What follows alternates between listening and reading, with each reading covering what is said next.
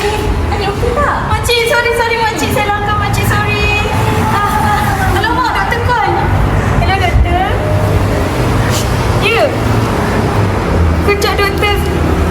Alamak. Okey, saya dah tahan. Okey, doktor, saya dah tahan kat doktor sekarang. Sabar, ya. Makcik.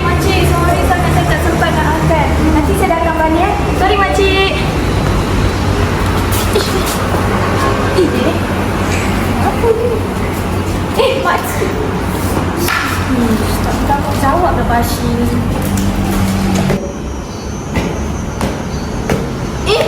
Apa yang dah jadi ni? Ish. Wah, Bashir. Perangan. Memang macam serius lah report macam ni. Cuy, aku nampak sendiri tadi dia sepak paku tu, paku terus lari tau. Ish. Dia tak bertanggung jawab langsung.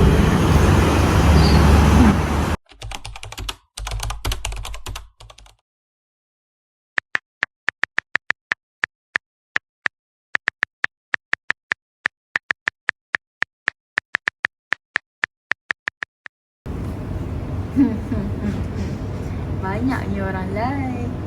Komen pun banyak, Mat. Famous lah aku. Mana ni? Tengok sini kan.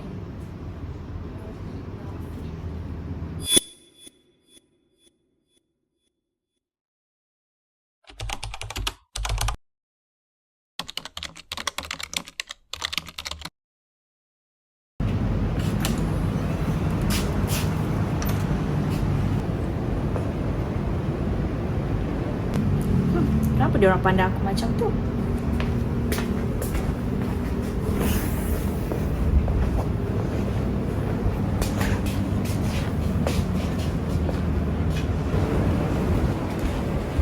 Hai Bashir. Tapi kita tak tahu benda tu betul ke tak. Kau tak nak cuba tanya Bashir dulu ke? Lagipun aku rasa video tu tak rekod daripada awal lah. Tak, kau ni kenapa? Aku ada kat tempat kejadian tau. Aku nampak sendiri dengan biji mata aku. Ish, tak payahlah kawan dengan dia. Kat sini. Tengok ni, dah viral.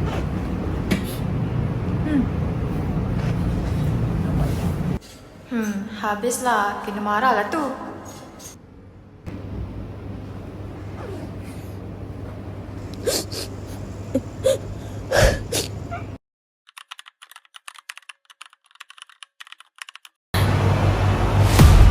Semua orang kecap kat TikTok ni.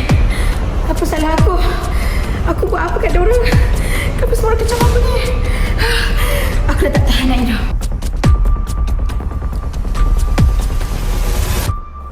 Bye dunia.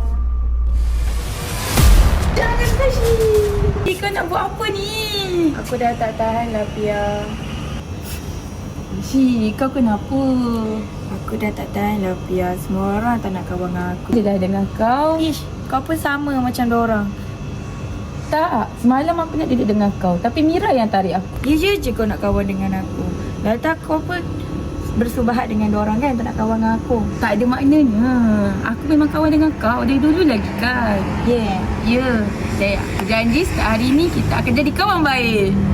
Janji.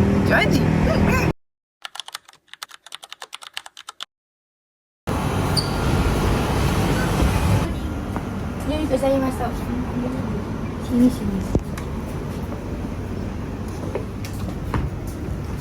Cuba awak cerita apa yang jadi sebenarnya. Pasal adik ni ke? Cerita dia macam ni. Dia memang ada terlanggar tong sampah hari tu masa saya tengah menyapu. Tapi lepas tu dia datang balik. Siap tolong kutip lagi sampah-sampah yang jatuh tu.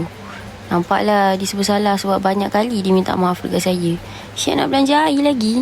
Tapi saya faham je situasi dia masa tu. Maybe dia nak cepat. Nampak macam dia nak hantar assignment. Macam tu lah cerita dia. Oh, macam tu. Hai, budak-budak ni. Hai, saya bukan marah sebab awak tersilap. Manusia memang selalu buat kesilapan. Tapi saya marah sebab awak berhenti menggunakan benda yang paling penting yang Tuhan dah bagi, iaitu akal fikiran. Tapi saya cuma cakap apa yang saya nampak je. Itulah masalah awak. Awak tengok benda apa yang awak nak tengok je. Lepas tu awak terus anggap tu satu kebenaran.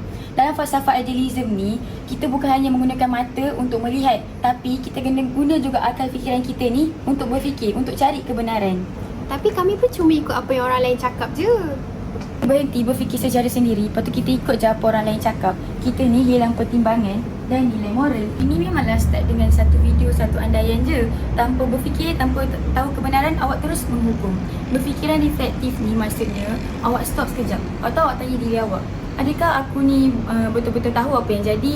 Adakah aku ni dah berlaku secara adil? Itulah tujuan pendidikan. Bukan sekadar untuk lulus peperiksaan je, tapi untuk membentuk manusia yang berfikir, berakhlak dan juga yang mencari kebenaran. Weh, aku minta maaf dekat kau. Aku tak patut buat macam tu. Aku sendiri tak nampak apa yang jadi masa tu. Lepas tu terus salahkan kau. Sorry doh. Okay.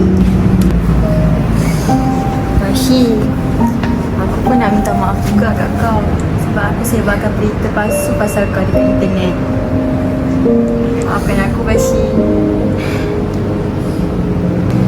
Bashi, aku pun nak minta maaf. Aku tak tahu apa-apa, aku dengar cakap dia je.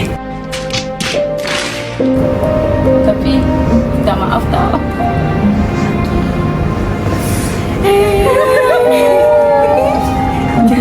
Dalam dunia hari ini, generasi kita seringkali terlalu cepat menghukum, terlalu mudah membuat andaian dan terlalu lambat menjadi manusia. Kita sering melihat dengan mata namun gagal memahami dengan hati. Kemahiran berfikir secara reflektif mengajar kita untuk menjadi berani mempersoalkan kepercayaan kita sebelum kita menghukum orang lain. Ia mengajar kita untuk berhenti sejenak, melihat, mendengar dan memahami sesuatu perkara dari pelbagai sudut. Hal ini kerana tak semua yang kita lihat adalah kebenaran dan tak semua yang kita dengar adalah keseluruhan cerita, dan andaian kita secara sembrono dapat memusnahkan hidup seseorang. Jadi, berhenti seketika dan berfikir dengan logik akal mungkin dapat membantu kita melihat orang lain dari perspektif yang lebih positif.